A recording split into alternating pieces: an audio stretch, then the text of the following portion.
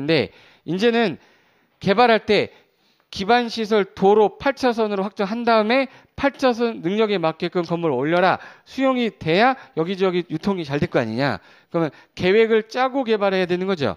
그래서 이제부터는 먼저 뭐부터 짜고 계획. 그 다음에 뭐 후에 개발하겠다. 그럼 개발하려면 반드시 앞에 선행되는 건 그럼 계획이 먼저 안 나오면 개발이 안 되는 거야 이제. 그래서 그 당시에 지금은 국토교통부인데 그 당시는 건설교통부였었어요. 그래서 건설교통부 슬로건이 계획 없는 개발 없다. 난개발을 방지하자가 플랜카드였어요. 예.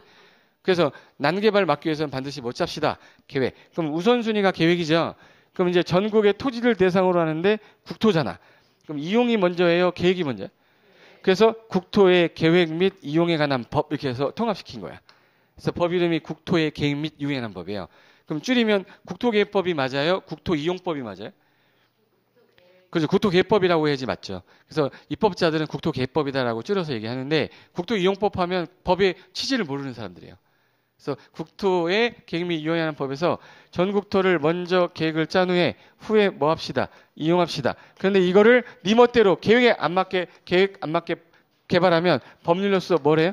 규제. 허가 안 받고 건물 지면 3년 이하의 징역 3천만 원에 해당 벌금 때리겠다 이렇게 된 거야. 예. 제발 이해되신 거죠? 그럼 이제 여기 용인시에서 가장 큰 문제점은 뭐가 부족했던 거네? 그래서 앞으로 우리나라 어느 지역을 개발한다 그러면 제일 먼저 나오는 계획이 도로건설계획, 학교계획 이렇게 나와요. 그게 나온 다음에 그 지역이 상업지역이냐 주거지역이냐에 따라 도로 크기가 결정이 되고 그 다음에 이거 개발이 되고 나서 분양을 할 때 상업지역을 땅 사면 비싸겠죠. 기반시설이 넓게 잘 돼 있잖아. 주거지역은 굳이 8차선을 필요 없죠. 2차선이나 1차선 정도 하면 되니까. 근데 그걸 다 짠 다음에 개발해야 된다. 그래서 앞으로 제가 난개발 그러면 무슨 지 떠올리세요? 용인시. 용인시 난개발이 원인이 무슨 지역이 문제가 돼서 준농림과 준도시. 그거 난개발이 원인이었던 거는 계획 없이 마구잡이로 뭐 했기 때문에 개발했기 때문에 이제부터는 계획 없는 뭐는 없다. 개발은 없다. 반드시 뭐부터 짜고 합니다. 개발. 그래서 2002년에 통합되면서 국토계획법이 지금 현재 12년 된 법이에요.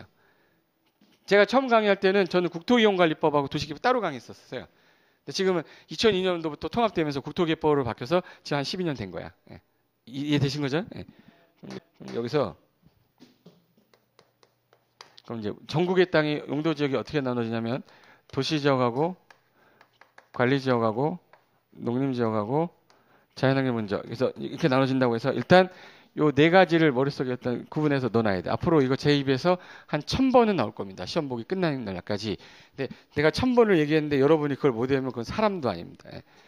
저절로 입에서 튀어나와요. 공인중개사 학원 주변에 있는 개들도요.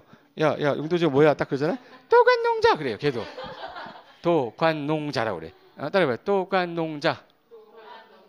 이 용도지역 중에서 인구가 제일 많이 몰려있는 지역을 도시지역이라고 그러고 도시지역은 먹고 자고 하는 지역으로 구분해야 되기 때문에 여기 먹고 자고 하는 지역 위주로 써라 해서 주거지역이라고 했어요.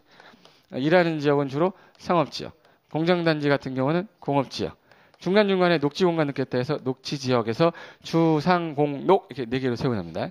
그리고 관리지역 같은 경우는 관리지역은 3개로 세분하는데 자연 환경을 보존하기 위해서 개발하지 마라고 해놓은 게 자연환경 보존지역인데 그중에 예로 지정하기 애매하면 요로 묶어놨다가 나중에 요로 가는 거예요.